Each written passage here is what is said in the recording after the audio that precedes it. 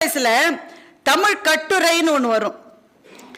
நாங்கள் என்ன செய்வோம், அதுக்கு இதுதான் கேட்பாங்க, மிஸ் முன்னாடியே சொல்லிடும் இதுதான் கேட்க போகிறாங்கன்னு சொல்லிட்டு. அதுக்காக ஒன்று படித்து நல்ல மனப்பாடம் பண்ணிட வேண்டியது. அதை வந்து பட்டிமன்றத்தில் ஜோக்காக சொல்லுவாங்க. அப்படித்தான் ஒரு பையன் பசுமாட்டை பற்றி படிச்சுட்டு போயிட்டானோ. நல்ல 4 கால் இருக்குது, 1 வால் இருக்குது, எல்லாம் படிச்சுட்டான். அங்கே போனவுடனே கட்டுரையில் தென்னை மரத்தை பற்றி ஒரு கட்டுரை வரைகன்னு கொடுத்துட்டாங்க. இவன் படிக்கலை. என்ன செய்வான், பசுமாட்டை பற்றி தான் படித்தது எல்லாத்தையும் எழுதிட்டு இப்படிப்பட்ட பசுமாட்டை தென்னை மரத்தில் தான் கட்டுவார்கள்.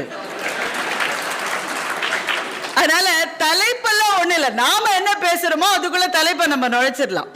ரொம்ப அதை பற்றி கவலைப்பட வேணாம். நான் ஏன் அந்த தலைப்பை கொடுத்தேன்னாக்கா, உண்மையில் நடந்தது நான் சத்தியமாக சொல்கிறேன் சார். அப்படிலாம் ரொம்ப ஆழ்ந்து சிந்தித்தெல்லாம் கொடுக்கல.